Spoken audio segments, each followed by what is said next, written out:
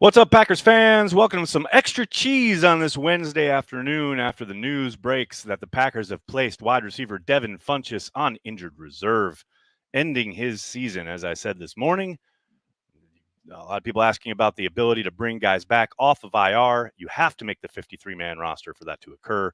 Funchess has not. His season is over, and there's a good chance his time with the Packers is probably done as well, although there's no certainty there, obviously.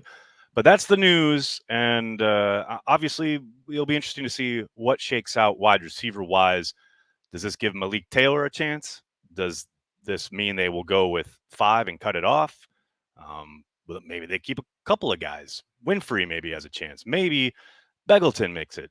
There's a lot of possibilities, but it's always interesting to kind of hash it out, talk to Packers fans worldwide, because that's what we do here on Cheesehead TV. You know what else we do? We play fantasy football. We talk about Underdog Fantasy. It's the best and easiest place to play fantasy football for big cash prizes.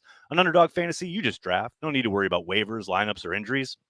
Underdog handles that all for you. So go to UnderdogFantasy.com or download the app. You get a free $25 in bonus cash if you use the code Cheesehead when you make your first deposit. That $25 is worth 5 free entries into the Puppy 3, a fantasy football tournament with $1 million in total prize money and a $200,000 prize for first place. So do it, people.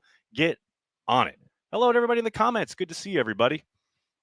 Alan, hello. Jake says dang, and Mark says damn. Yeah, no doubt about it. It really sucks because obviously after he took the year off last year, a year after he missed the entirety of the 2019 season with the Colts, really hoping to see something out of Funchess with the Packers. 'Twas not to be. His season is over. Good evening from where? I can't even pronounce that. Funchess saves a difficult decision, and I doubt he'll be back next year. Shame, he was looking good to me.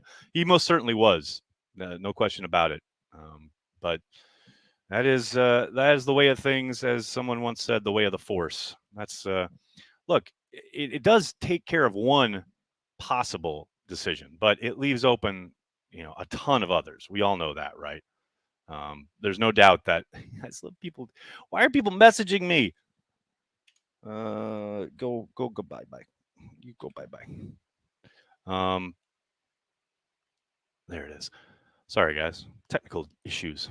Now we're back to having 0 weapons. You guys are too much.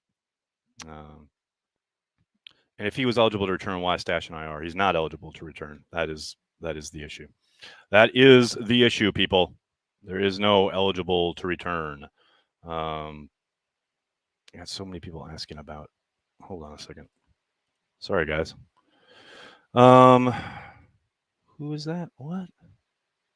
Why is this thing hating me right now? Sorry, guys. Just give me 2 seconds. Promise I'll get to everybody in a second. There it is. There it is. There you go.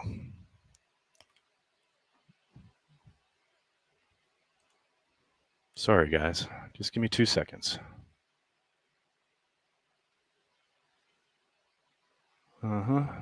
Yeah, there you go. I don't know why this is messing me up. Sorry, guys. Go Pack Go. Thanks for the super chat. So I said the other day that Funchess would be my Kumaro if he got cut. This may hurt more. Sorry, man. It is tough. You know who is an IR? Wide receiver Tom Grossi. Maybe time to call him up, although I doubt it.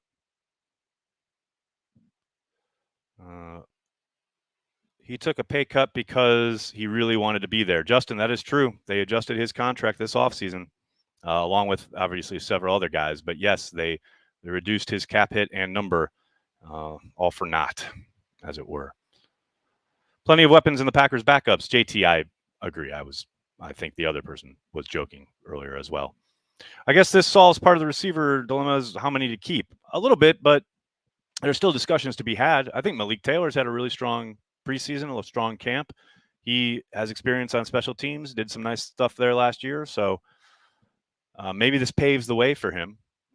I would suspect he's probably the leader in the clubhouse if they keep 6. There's no guarantee that they do. They could very easily just start with 5, but we'll see.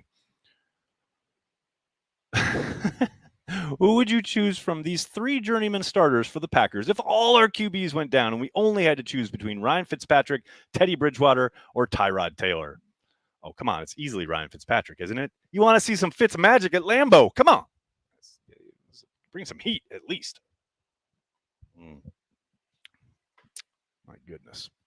What else we got? Well, we will always have that one preseason game, Funchess. Yeah, no question about it. Brian, thanks for the super chat. Trivia, what number was Alex Gillette played 12 through 14? Oh, man, I have no idea. I'm sure somebody will endeavor to Google that and get it for you. Malik for the 53. Joey, good possibility. Absolutely think that is a very good possibility. In fact, I know that wasn't a popular opinion, but I think he had a better chance at the 53 than Funchess did. Kyle, thanks for the super chat. Saw some people calling Yash a lock right after you said you don't think he makes it. I really think people just throw around roster lock for clicks. I haven't seen anyone say he's a lock. I think he's improved his chances. There's no doubt about it. I'll still be shocked if he's on the squad, though. But he's got a shot. He played worlds better in that Jets game than he did against the Texans. I think he's had a decent camp. So not saying he's out the door just yet. Big Cheese, thanks for the super chat. Any chance they look at cuts from other teams at wide receiver or just stay put? It's the Green Bay Packers. You know how they operate. They'll probably ride with what they got. They like what they have in-house. They got to get some guys healthy. But, I think barring a spate of injuries to the starters, they'll stick with what they got. Am I officially old when I see number 70 and just think that's TJ Lang or 49 catching TDs and wonder how the hell Francois came back and started playing offense? That's nothing, man. When you were watching Kurt Benkert, were you having Don Makowski flashbacks? That's old, sir.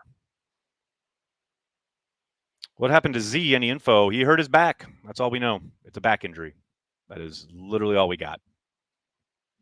That is the extent of the info. Bring in Des Bryant. Mike, is it 2014? What year is it? Is it a time? Am I in a time warp? Man, let's go scour the old folks' home. We could bring in some of those folks too. Please.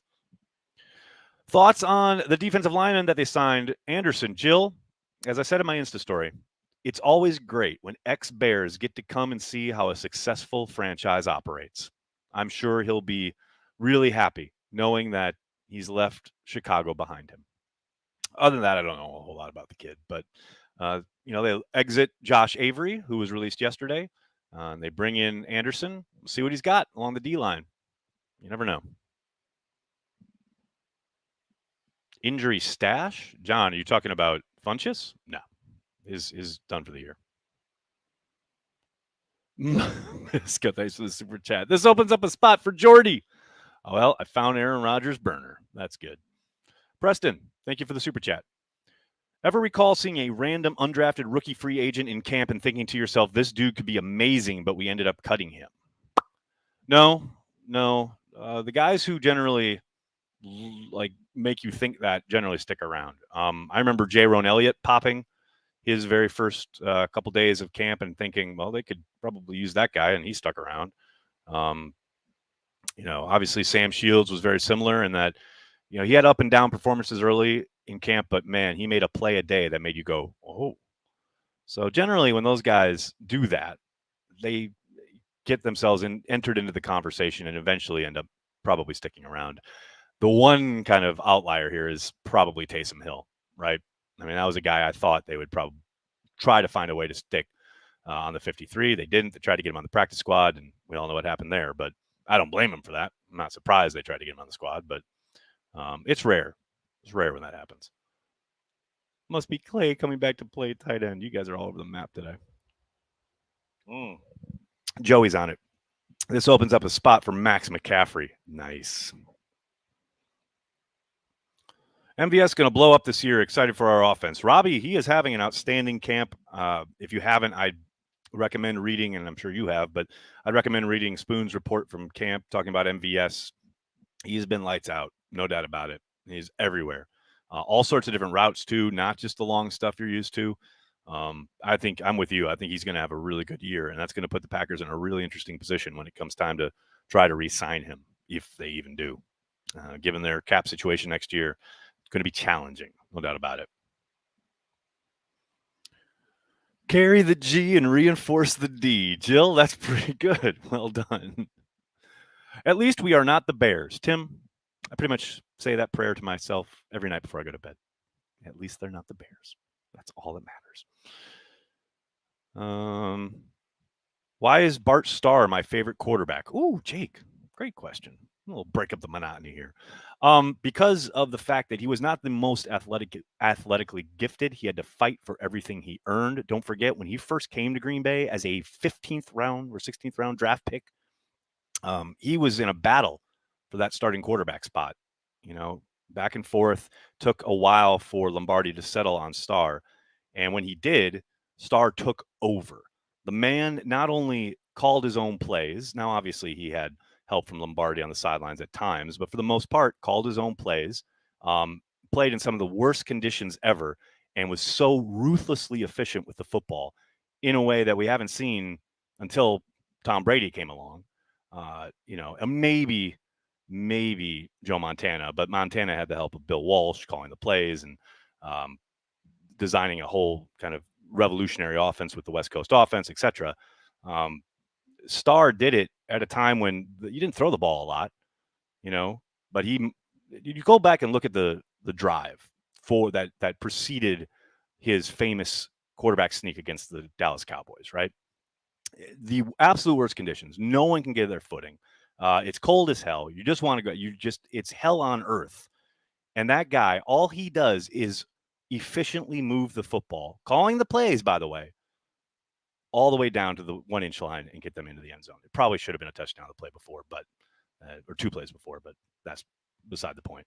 It's stuff like that, No one ever talks about it. No one talks about how ruthlessly efficient he was with the football at a time when no one threw the ball, not the way they do now. And the athletes he was working with weren't the guys we have now. I mean, there wasn't a Devontae Adams working off the line of scrimmage back in that day. It was a hungover Max McGee. But all Bart Starr did was move the football and score a ton of points and know when to hand it off and when to utilize the running game. And he was doing this at a time when, wide receivers could be mugged up and down the field. They could be clobbered over the middle, past the 5-yard mark. There's no liberalized passing rules then, And yet all he did was move the ball and score all the time and lead his team to championships. Multiple, repeatedly, over and over and over again. Favorite QB. Now you can make your arguments. I understand them. I do not agree with them. Bart Starr is the greatest. Frank, thanks for the super chat. Given next year's cap situation, do you consider a quarterback 12 or Aaron Rodgers trade more likely simply from a business standpoint over 12's personal standing with the team? I mean, I don't think they would make that move purely as a business transaction. It is clearly a problem with Rodgers in the front office. That will be driving it. Is that a lovely byproduct? No doubt about it. And did Brian possibly dump everything into 22, knowing that there was a good possibility that Aaron Rodgers would be off the books? Most likely. But this die has been cast for a while, and I don't think getting him off the books is the driving force behind his trade eventually, whenever it happens. Make sure I didn't miss any super chats. Don't do it, Aaron. Don't do it. Okay, good. Des dropped it. You got that right. That is the most correct thing said on this chat here today. What else we got? Which Packer team is the biggest underachiever that I remember? I mean, if you're being honest about it, it's 2011, right? You go 15-1, lose steam, flame out against the Giants in the playoffs. They should have won the Super Bowl that year. I mean, it all kind of fell apart at the end, but yeah, that's a team that should have walked to the Super Bowl and won the damn thing. Who is most likely to have improved season, J.K. Scott or Ty Summers? Ty Summers. Go get Cobb. Oh, wait. Think EQ gets on the 53. They've sure given him every opportunity to blossom, haven't they? Matt, I don't think it's an impossibility that we see him on the 53. I think there's, an outside chance that he makes it. He was having a really nice camp at the start before pads came on, and then he got injured. Since then, it's been kind of hit and miss. But there is the fact that he is a former draft pick and all that. But do you keep him over Malik Taylor, who has been a demon for you on special teams? EQ hasn't played teams in the past. We've seen him doing teams work in this camp. Is that enough to get him on the squad? I don't know. Possible, but I don't know. We'll see. The defense was pretty awful that year. They were.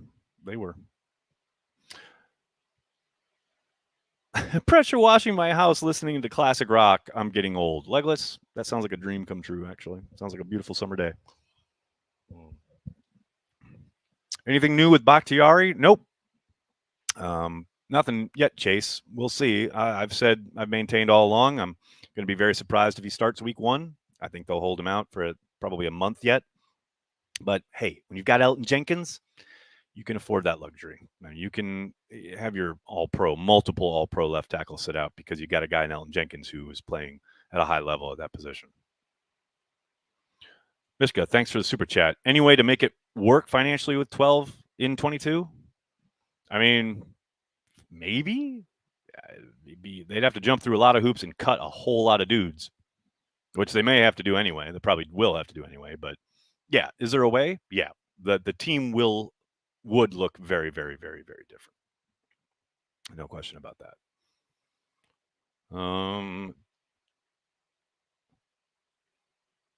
Didn't they literally tell Brady Papinga they're going all in on offense? Norman, yes, that is the story he tells of when Ted cut him, which is always fascinating to me that Brady would betray that confidence of Ted's, because Ted is the one who gave him an extension when no one on God's green earth was going to sign that guy to the deal he got in Green Bay.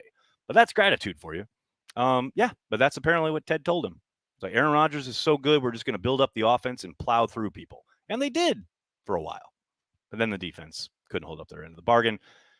But that said, I mean, they didn't lose that playoff game against the Giants because the defense couldn't hold up, although they did give up the end of the half Hail Mary. Sounds familiar, right? But, Clifton missed a block. Jennings missed a touchdown, etc. There's all sorts. Ryan Grant fumbled when he hadn't fumbled all year. A lot of shit happened there. What else have we got? Who do you like more, Jake Hansen or Cole Van Lanen? Oh, Van Lanen, probably. I think both guys got a long way to go, but to me, it's Van Lanen. What's my Preston Smith outlook? Lucky, I think he's going to help this team this year. I don't think he's going to reach the heights that we saw, say, his first 8 games when he was signed. Everyone got really excited. I know a lot of that production his first year in Green Bay came in the first half of the season. I don't know if he hits that plateau again, but I do think he's a much better football player than a lot of Twitter gave him credit for last year. Now he's got incentive, right? Don't forget, he took that pay cut, but it is structured in a way that if he hits the production that they're looking for, he can make all of it back. So that's a nice kind of carrot to be dangling in front of him. I think he'll, again, I don't think he'll be the Tasmanian devil we saw early on in that first season, but I do think the production will take an uptick. It's going to be interesting to see how much he's on the field with Gary and Smith and how they make that happen rotationally. But yeah, I think he's going to be markedly better than what we saw last year. Legolas, thanks for the super chat. Do I see the Packers trading Lucas Patrick? I think there's an outside chance. I don't foresee it. I wouldn't predict it, but I wouldn't be surprised if it happened. I do think it would take another team calling and offering something probably a bit outlandish for it to happen. Like if they were offering a day 2 pick or something, you make that trade. But I don't see any team doing that. Now, maybe there's a team that's desperate for a guy who can step in, play guard, move to center, etc., values his versatility, something like that. Yes, there's a possibility that happens, but I don't think so. I'd be surprised. Adam, thank you for the super chat. Likelihood in his thump gains makes the 53. He's got a shot. I think a lot is riding on this final preseason game. There's a lot of competition at that safety spot. And, Redmond going on IR clears a bit of a path, right? But all these guys got to bring it. I think Uphoff is going to be heard from, Innis, etc. So, yeah, I think this Bills game is going to go a long way in deciding a lot of that. But Gaines definitely has a chance. And I love that his nickname is Thump. I just read that the other day. I need a Jair Alexander jersey, preferably the new colorway. Oh, Attorney Cooper, you are preaching, man.